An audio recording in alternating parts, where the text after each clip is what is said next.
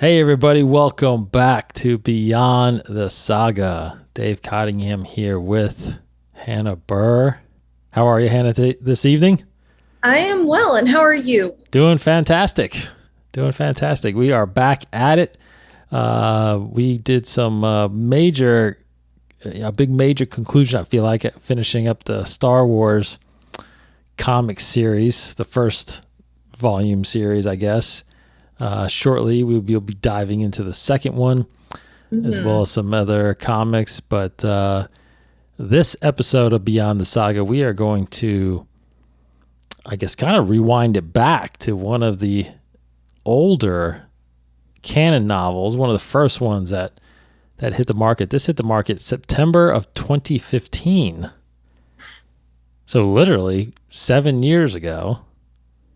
This book came out, and that is Claudia Gray's Lost Stars, young adult novel that, again, this is before episode 7. So you can see the top, it says, it's when they had the Journey to Star Wars The Force Awakens.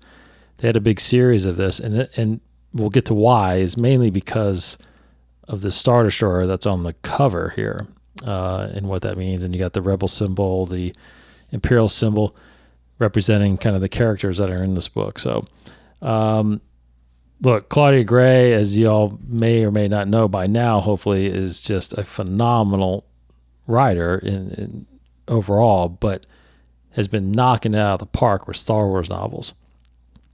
She not only has written this book, but she went on to write Master and Apprentice, Leia, Princess of Alderaan. What was the other one that I said? Bloodline. Fine. And then she's obviously one of the main authors with the High Republic series. So she is phenomenal. And I actually did an interview with her on Masters of the Order. So if you want to go check that out, go look on that. I was able to talk to Claudia Gray last year sometime. So anyway, Lost Stars. Now, I know, Hannah, both of us have, I think, read this a while ago, so we were kind of wondering why we haven't done a show on this one, so let's do it. What's your thoughts about Lost Stars? Initial thoughts, this is one of my favorite books, one of my favorite Star Wars books. And I think it's because, we've talked before, do we really need to milk the Skywalker saga? Do we really need to milk all that content? Do we need to fill in all the blanks? I think what makes this so special and what makes it stand out so much is that we meet new characters and we get a completely different point of view of the entire situation. You have your two main characters, Thane and Ciena, and they both basically grow up in the Empire. And they train in the Empire. And I think Claudia is so brilliant in that while we know the Empire is bad, when you're reading it, you yourself could be easily fooled that this is just the new way of life and everything is hunky-dory okay. Right. And I think that's scary, but that's also brilliant. And then they build this beautiful relationship, and then after this horrific event, Thane decides Empire's wrong, and he defaults and becomes a part of the rebellion, and he becomes a crucial member of the rebellion. Yep. So then we see the conflict there between these two kindred spirits, in my opinion. We see one who is with the Empire and one who's with the rebellion. So it's a completely different point of view of the series of the original trilogy. And I know I said it before, but it's just simply brilliant.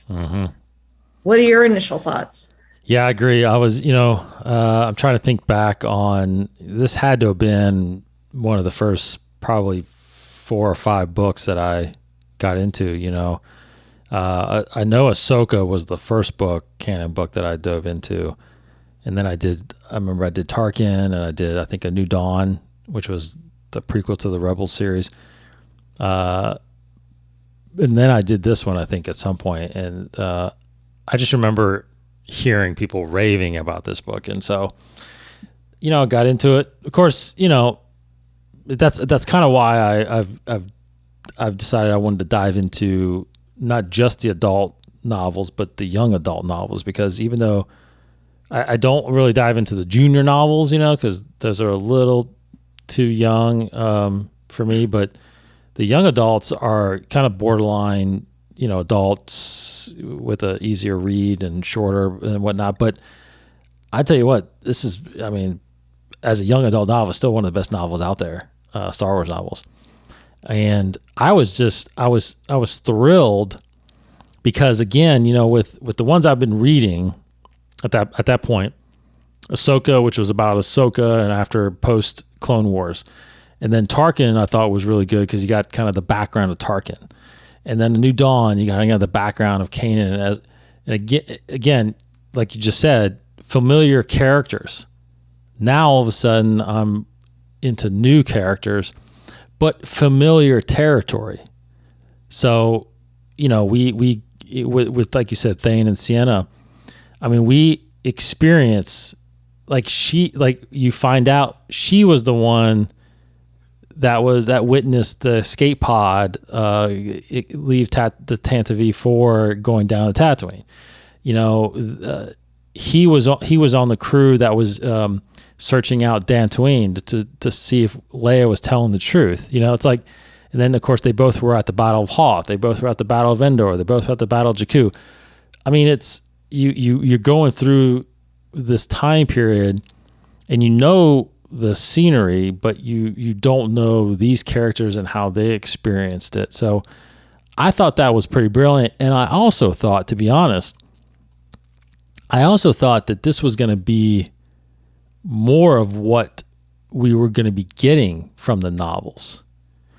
And it turned out not to be that way. Like, I don't know any, besides the actual From a Certain Point of View books that have come out, Star Wars and From A New Hope and Return, The Empire Strikes Back, and I'm assuming there's going to be one from Return of the Jedi once it hits the 40th anniversary of that next year.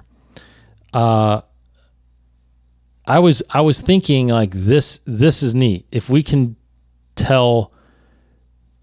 introduce new characters and tell new stories, but still in the familiar scenery that we know, like, I can get on board with that. But it seems like, like you've stressed this several times, is that it seems like they're still telling stories with familiar characters like Obi-Wan, like Boba Fett, Andor coming out. It's like, I thought that was what really separated this, because if this would have been about, I don't know, characters we had known about, like, I don't even know, like, if it had been Mon Mothma and somebody, it's like, we kind of know a little bit, we know who they are and, stuff, things like that. So it was really refreshing to see, and really, just interesting. It so well written, and of course I listened to it, so it was, phenomenal audiobook to hear their voices and the sound effects and the music and things like that. So it's by far one of the best books out there. I kind of wish I listened to the audio book. I read the hard copy. Yes, you did. Well, Kindle, but close enough. Yeah. And we were talking before, it's like, there's nothing really earth-shattering in this book. Again, you know the situations, and but what I thought was, some of the aspects I thought were cool about it were, they're on separate, once they get on separate sides. At first, they obviously don't keep in touch, so they don't really know that they're both in the same place. Like, I remember, I believe after the Battle of Hoth, I think Ciena actually went back and watched, like, the tapes and saw the way he was flying one of the speeders, and kind of recognized that was Thane. So she kind of concluded that he had joined the rebellion at that point. So, like, was really neat to see that they were, again, at the same spots, but not necessarily knowing that where each other were. Well, I think the one quote unquote earth-shattering part of this is the fact that as you're reading it, if you took out the fact that you knew what the Empire was and what was influencing the Empire and who was leading the Empire, I mean, to me, it just felt like a normal military school reading it. Right. Yeah. And, you know, like the morals that they were talking about, the goals they were talking about, the environment they were setting up, it was nothing necessarily new. And it actually sounded good. So I think that also helps you sympathize with people who do side with the Empire in the sense of they don't know better. Whether that's ignorance or them, you know, truly not being aware, that's up for people to decide. But I think it just helps us realize that not necessarily everybody who fought for the Empire was bad. They genuinely believed that they were fighting for the quote unquote right side. And the rebellion were these people who were trying to disrupt this better way of life. Very true. Very true. I mean, you know, later on, there's a book that comes out, which is Battlefront 2, Inferno Squad, and, you know, things similarly happen to Iden Versio in that, where she just, you know, thinks about, you know, what the Empire is actually doing and whether or not it's right or not. So, and here's the thing too, I thought was good is that Ciena, the thing about Ciena, which I thought was really interesting, was that, I mean, she actually came to the conclusion that the Empire was probably bad, but she felt like good people still had to be in it to make sure that they can try to change it, or they can make sure that it doesn't keep falling, you know, keep doing bad things. So it was very interesting, very noble of her in a sense, you know, to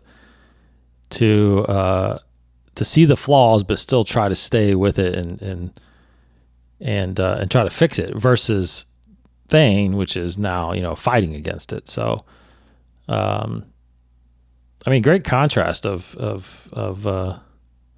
characters, and, you know, obviously, you know, they were friends first, but then they end up becoming, you know, intimate with each other, and it's just, you know, you feel for them, especially when you get to the Battle of Jakku. You know, it's like, oh, don't even get me started on the Battle of Jakku. Oh my, yeah. Oh, so, I cried. I kid you, I cried while reading that part. Yeah, straight up cried. Yeah, it's pretty great. And you know, and of course, as you can imagine from the cover, if you're not watching and you didn't see that, like the cover has the Star Destroyer, you know, going, and this was kind of when they were talking about the journey to the Force Awakens, this was kind of explaining, in a sense, the battle of, I mean, this was kind of the first, I believe, actually, yes. This was the first. Before the Aftermath book, right? Yeah, this was the first, I believe, the first introduction to the Battle of Jakku. I believe. I mean, no, Aftermath might have come out before this. It gives a different perspective at the very least on the Battle of Jakku. Yeah, I don't think I read Aftermath before this book, but I think, because I do think Aftermath came out, yeah, I believe it came out at Celebration the year during, because Celebration that year was in April, I believe, in Anaheim. In 2015. I went, and because I believe Aftermath does have the Journey to the Force Awakens banner on it too. So I think it did come out, and I think obviously that talks about the battle. Well, see, that the Battle of Jakku wasn't even in that book though, right? Because it doesn't happen until the Empire's End. Yeah, I was about to say, not in the first Aftermath book. It was in the third Aftermath book. Right. So I believe this was the first one that had the Battle of Jakku. And what I'm getting at is that's why they show this cover, because they're trying to say, yes, that's where these Star Destroyers came from. When you watch the movie, all of a sudden you're on Jakku, and there's like all these Star Destroyers buried in the sand. from 29 years before that. So, so very, very, very interesting. Very, very good book. There are, I keep, I actually read it, and what kind of sparked my mind too about this book was apparently I read that there's possibly a sequel coming to this book that she's working on. Yeah. What? So, because both, you know, because, I mean, it's not spoilers, hopefully. I mean, they're both alive at the end of this book. So, It makes me so happy. so we'll see. We'll see what happens. But, what else? Anything else you wanted to mention? I mean, I think we touched on it all. It's just a great book. I mean, like we talked about before, I mean, I'm not crapping all over Obi-Wan, okay? But I think the reason why, personally, for me, I like Mandalorian over, say, Obi-Wan is that with Mandalorian, we get a new character's perspective in the current environment of the Skywalker saga. And Right. I think, as you said before, that's what makes this book so interesting. And I mean, it's a great additional perspective. I think that if you haven't read it, you really do need to. Mm-hmm. Mm-hmm. I do. I think so too. I definitely think so too. It's a, you know, I was thinking back. It's definitely in my top 5 of all the books that are out there. Yeah. It's for me. I think it's number 3 for me. Number 3. Probably. Following- I think number 4 for me, just because you haven't read the other Claudia book, I haven't. Master and Apprentice, yet. So I think that's up there for me. That's probably in my top 3. All right. So rating. What rating are you giving this thing then? 4.75. Wow. Yeah, I mean, it's up there for me. It is a near perfect book. I think that's the same rating I gave. I think that's the same Dark rating Disciple? I gave Dark Disciple. Yeah. And it is, spoiler alert, the same rating I will give to Shadow of the Sith. Yeah, true. Spoiler alert. I think I might have given Dark Disciple a 5, if I remember. I think you did too, but I'm always so tentative to give a 5. I know. I'm just like, It's flawless, but when you get flawless like that book was, you got to give it a 5. I'm probably with you, but I'll probably you know me, I'm more the halves, so I'll do 4.5. So, but it's up there. It's definitely 4.75. I can't argue with that. So overall, though, as we talk about, you know, impacts on the saga, like how much, if anything, does this really impact the Skywalker saga in any way? I mean, I don't think there's necessarily an objective impact or a factual impact, Right. but more of an emotional and an intellectual, and just understanding the bigger picture of everything. Mm-hmm. I think it's an absolutely huge impact because, you know, we don't have a trilogy where Darth Vader is the protagonist or Tarkin is the protagonist, so you don't, or Palpatine, so you don't necessarily see them being the quote unquote good guys. Yeah.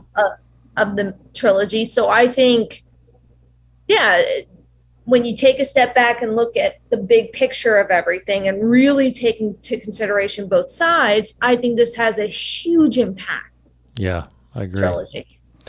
Yeah, I agree, because I think something like this, you know, even though Star Wars, I believe, especially in the original trilogy, you know, they do a good job of every character that's in a movie or on screen, they have a name and they have not necessarily a backstory, but they have, you know, what species they are, what their name is, where they come from. It doesn't matter. Like you could never say anything, but you will be in the encyclopedia of Star Wars, which is fantastic. But you know, something like this, what that changes for me especially is like when I watch A New Hope or The Empire Strikes Back or Return of the Jedi, especially when you're seeing these battles, you have a tendency of not necessarily caring about any of the supporting characters or any of the soldiers that are, because you don't hear from them, you don't know.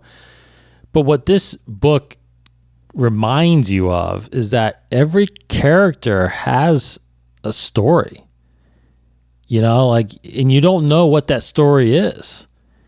And it could be tragic. It could be, very sad. It could be uplifting, whatever. I mean, it's like, it's amazing to think that people like them, Thane and Ciena, they experience this war, this civil war that's going on. And it gives you this whole different perspective.